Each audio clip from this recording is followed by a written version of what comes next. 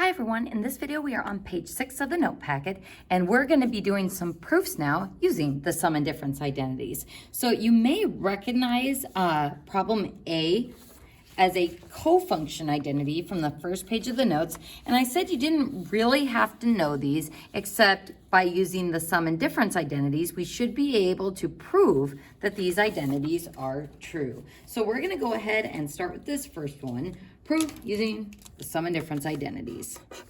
So which side do we want to lock up? The simpler side of sine x. And now looking at this, we've got cosine of an angle minus another angle. So we're going to use the cosine difference identity, where this will be our angle A and this will be our angle B. And notice that it is a minus sign in between those. So we will have to keep that in mind as we use the formula.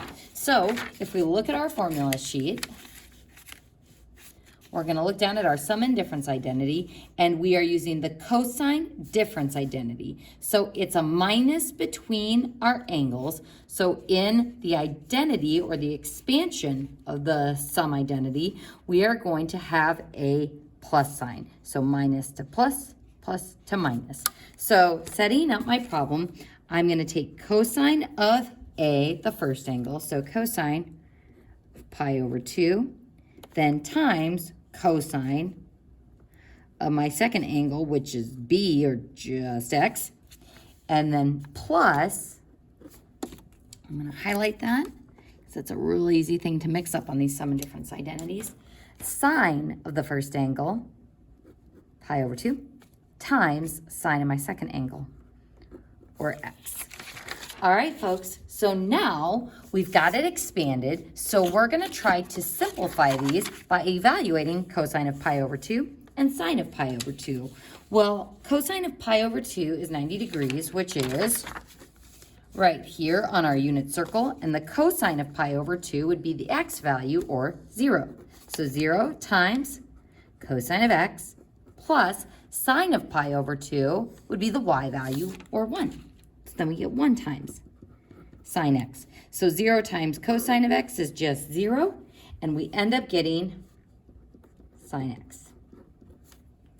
And QED, we have finished the proof. So all we did was apply the cosine difference identity to this to make our proof work. Big trap that students like to fall into on these is they will try to distribute the cosine to both of those items in the parenthesis.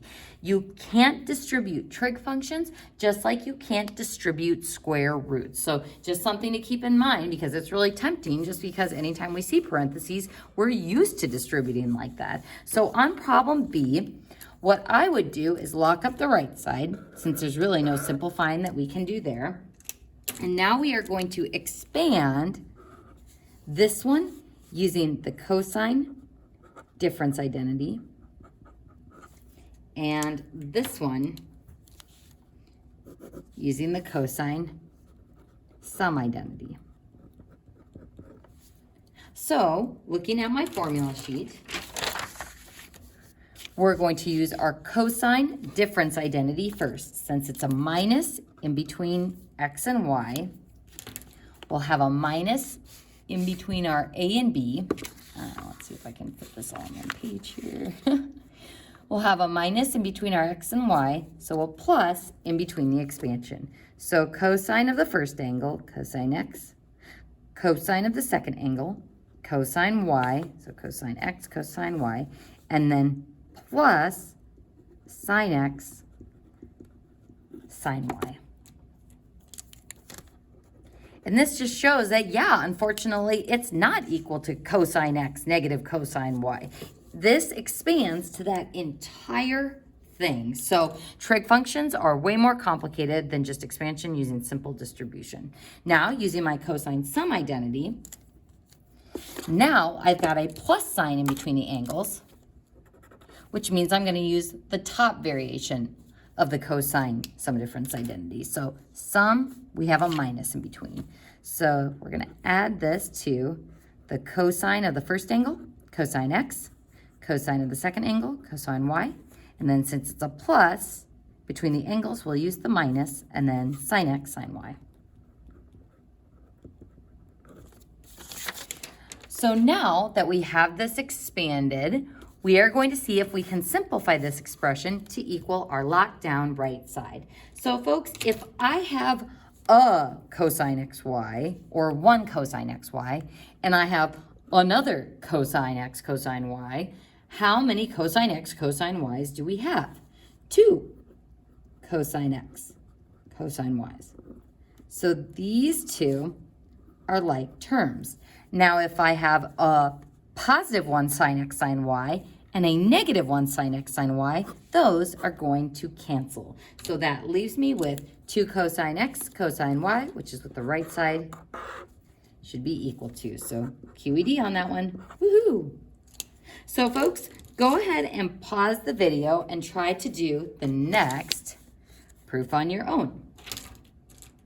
Hopefully you've had a chance to try problem A. So this is sine of x plus pi, and we want to prove that this is equal to negative sine x. So I'm going to lock up the right side, and I'm going to use my sine sum identity, since I'm adding 2 angles in the sine function, to prove this. So sine sum identity. So using my sine sum identity, let's see if I can scooch this up here. That would be this first one. So sine of the first angle, cosine of the second one. So sine of the first angle, x, cosine of the second one, pi, and then plus, so for this one it's plus in between the angles, and it's a plus in the identity, and then cosine of the first angle, cosine x, and then sine of the second angle, sine pi. All right, folks, so pi is over here on the unit circle, so the cosine of pi would be -1, or right here. So cosine is the x value, so -1, and sine of pi would be 0. And then I have sine x times that, and cosine of x times that. So sine x times -1 is negative sine x, and cosine of x times 0 is just 0. So there it is, negative sine x. QED, we have done the proof. So using my unit circle to evaluate these, we were able to find the proof. Now on this next one, this is evaluating using the sum and difference identities by breaking this down into easy angles. So this is more similar to what we were doing on the previous page. So just a reminder, we want to try to use our easy quadrant 1 angles if we can, and we can easily find the ones that will work by putting those easy angles in terms of the denominator. So folks, if I look at cosine of pi over 12 and it says evaluate, pi over 12 is not on the unit circle. So not on the unit circle.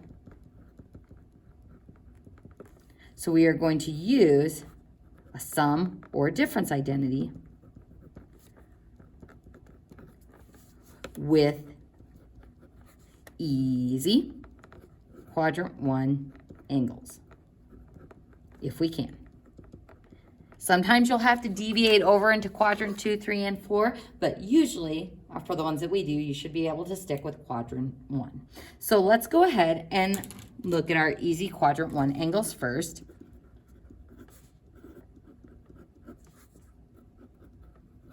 Which are pi over 6. And again, we're working with the radians, pi over 4, and pi over 3. So to determine what sum or difference of these radian angles will give me pi over 12, first we are going to make the denominators 12. Because this has a denominator of 12. So if we can make the denominators 12, it'll be easier to see which one will give me 1/12. So pi over 6 in terms of 12 would be 2 pi over 12. This would be 3 pi over 12, and this would be 4 pi over 12.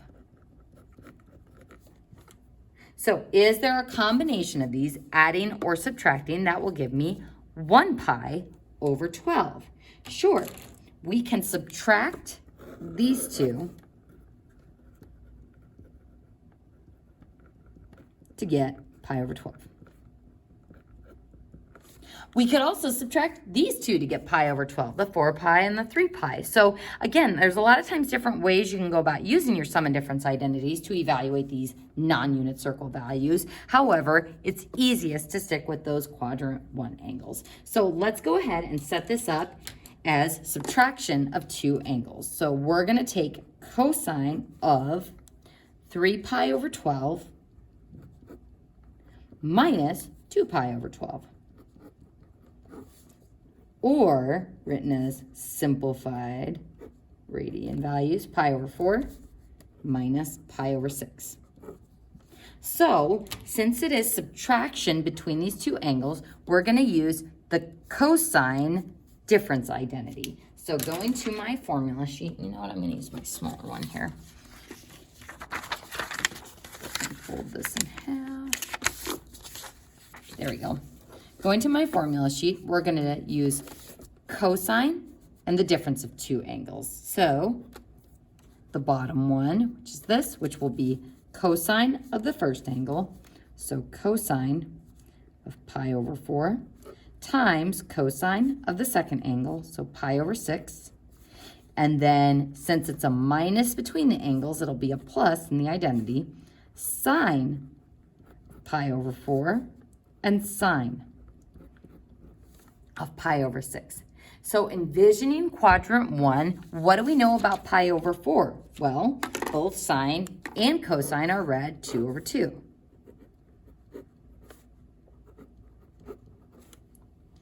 What do we know about the cosine of pi over 6? We know that that's going to be the x value, or rad 3 over 2.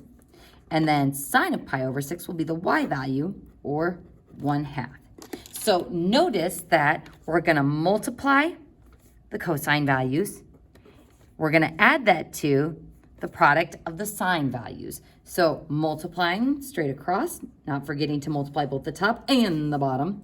This would be rad 6 over 4 plus rad 2 over 4. And writing it as one fraction, rad 6 over rad 2 over 4. So if you wanted to check this on your calculator, remember you could trap the top in parentheses and making sure your calculator is in radians, see if this is equal to the cosine of pi over 12, which it is. And that concludes page 6 of the notes.